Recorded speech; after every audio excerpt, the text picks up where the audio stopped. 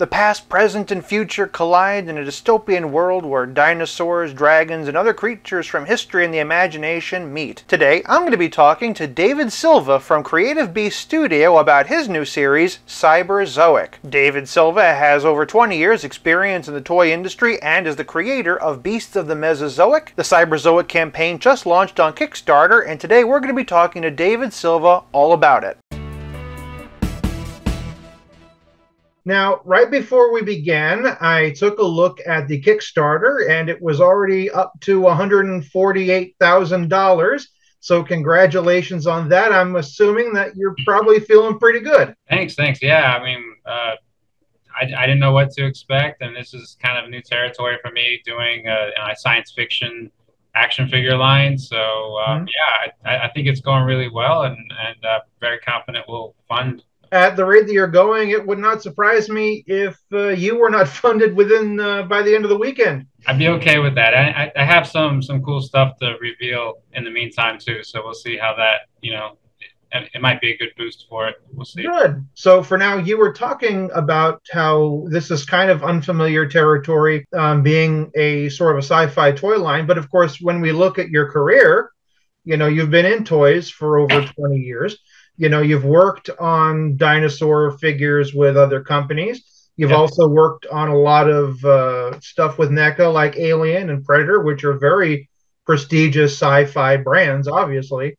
Yeah. So it does kind of feel like all this really is kind of a culmination of everything you've been working on. Yeah, that's a good point. And it really is. I mean, this is something that I've been building towards for a long time now.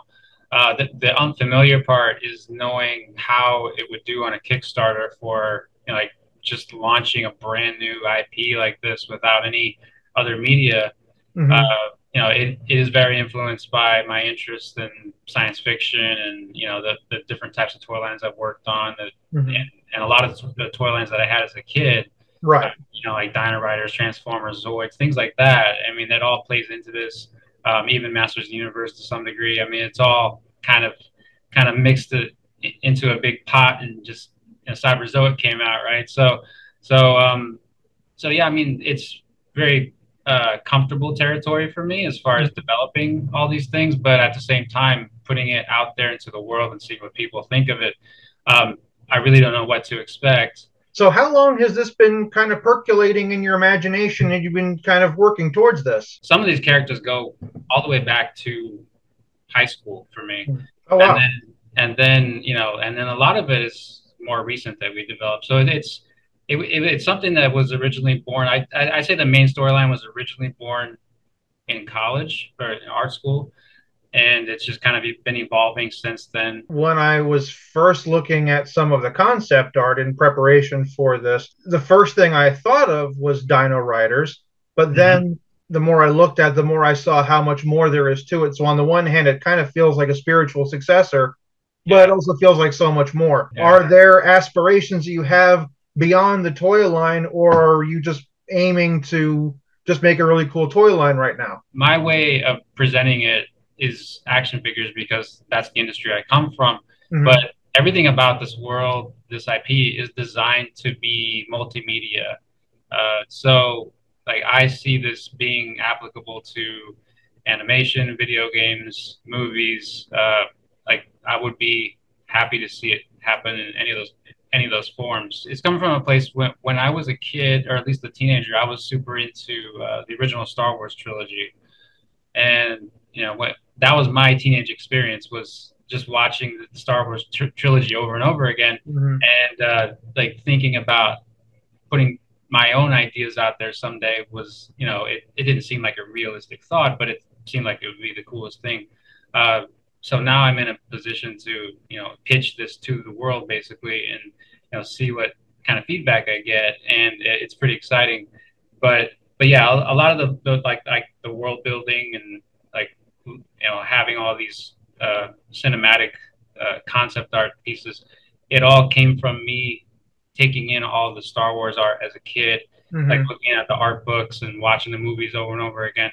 So, that was the approach that I always wanted to take. What do you think, if you could reach back and kind of stick your head in a little time portal and visit your young self coming up with all these things. Mm-hmm. Back in the maybe the mid 90s, and say, hey, at some point, not only are you going to be a toy maker, not only are you going to make the things that you love, but all these things that you're doing, at some point, there's going to be a platform where you're going to be able to connect to all these other people that love this, and you're going to get to do that.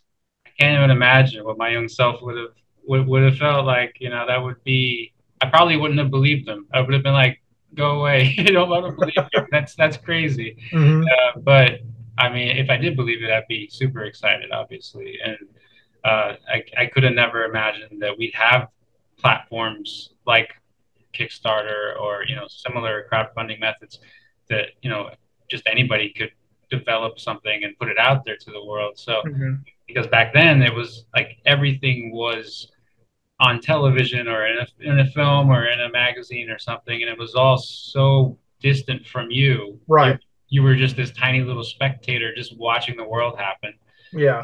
And now, like like you have a YouTube channel and you can make all the content, and you reach tons of people. So you Yeah. know, Back when I was in sixth grade and seventh grade, I would borrow the family camcorder and I would make, adventures on VHS tapes with my action figures. And I'd edit with two yeah, different VCRs to try to edit things together and whatever. And it's that same thing of being able to say, hey, at some point, there's going to be a way where you're going to actually, do this and people are going to want to watch this and yeah, get yeah. this out in the world and even make a living doing this. My brain would have melted. I know that when you were working with McFarlane Toys, one of the lines that you worked on was dragons. Oh yeah. But now in the new Cyberzoic series, we're going to be getting this amazing looking dragon figure. Obviously, we're going to be getting other prehistoric creatures like the saber-toothed tiger, and we're going to be getting humans. So, Yeah. what are some of the challenges from a design and engineering standpoint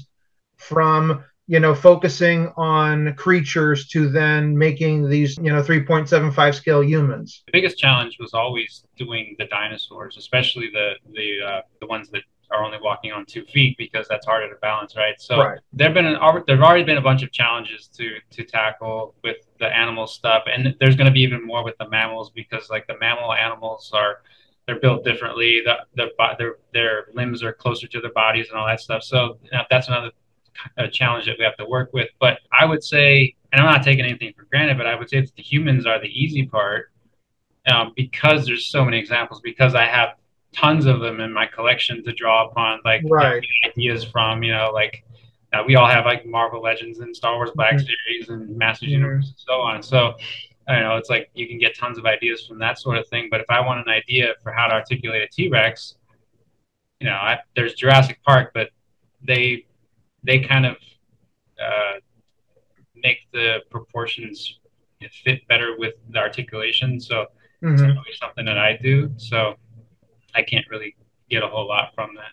Well, looking at the designs, one of the things that I was really taken by and also really excited by was just how much articulation it looks like you're packing in to those, 3 3/4 inch humans. I'm very impressed with that. I've been working with some people that work on 3 3/4 inch, like Fred Axon, for example, who's with Boss Fight Studio.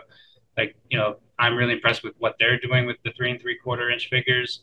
Like, they have tons of articulation, and I'm just like, no, let's do that. Mhm. Let's have that level of articulation. And Fred and I have been friends for a long time, so he was generous enough to work with me on this project. It's been cool to see these characters that have been in my head for a long time to actually be like in a 3D form. Is this the first Allosaur you've made? Oh yeah, yeah, and it's one of those that people have been asking for a long time. So I wanted to narrow it down to, okay, well, let's do the most popular dinosaur we haven't done. Let's do the most popular mammal we haven't done, and let's do a dragon. And I felt like that's a pretty good mix, and it also gives an impression of the cyberzoic world where all of the animals could show up at some point. It's not limited to prehistoric or modern or future or alien. It's like you could get anything in the story, and it could all be interacting with each other. Does that mean that down the road, if this continues, and I have a feeling it will, and I'm hoping it will, that we might even see alien creatures and other non-familiar kind of things like that? Yeah, if there's enough support for the line, we have designed several alien creatures already. You can see some of them in the concept art. One of my favorite toy lines that I worked on was Pacific Rim for NECA, Yeah, and they're basically alien animals. So right.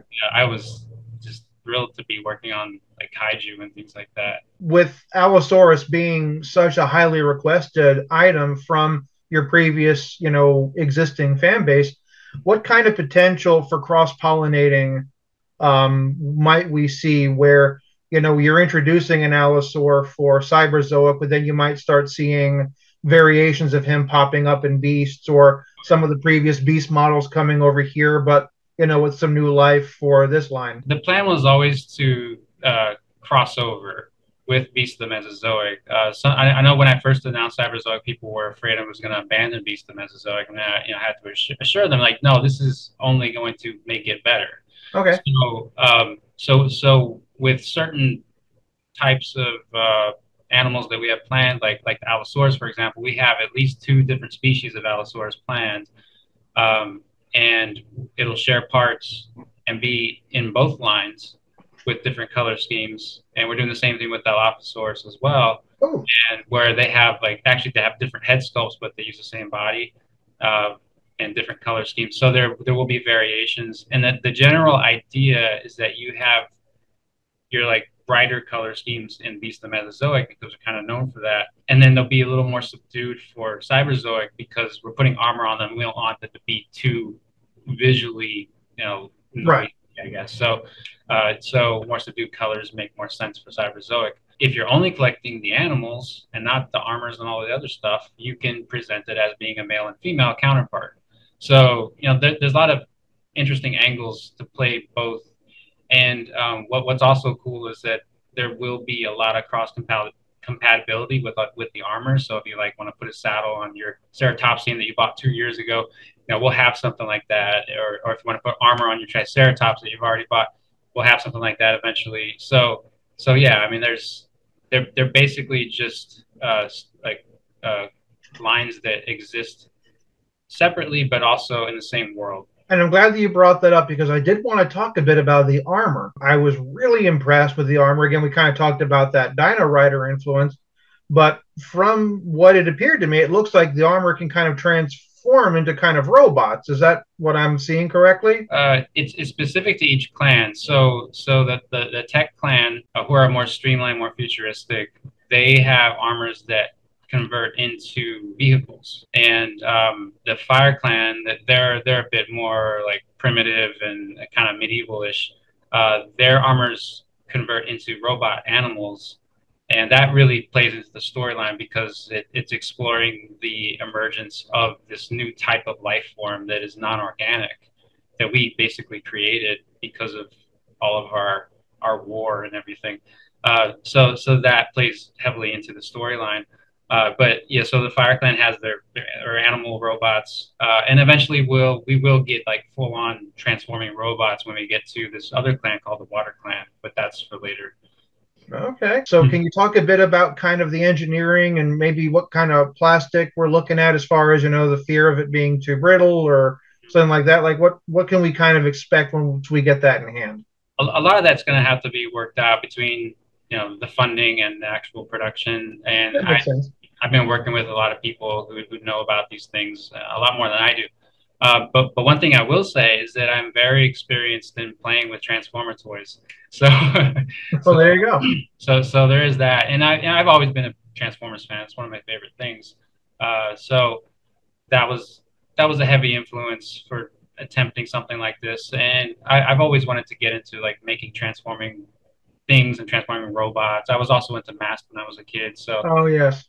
there's a lot of that influence going into it. So Hmm. so I'm pretty familiar with like like how the hinges work and how the tabs fit together and how to you keep things stable in place, and and certain parts you probably want to have a little softer than others, and like yeah, I'm pretty familiar with all that. It's just going to be a process to Right. have that happen because it's a completely new thing for me to make. Yeah. And that's But exciting. Two-part question. What's your favorite dinosaur in general? And what is a dinosaur that you guys have not made yet that you really, really want to be able to make?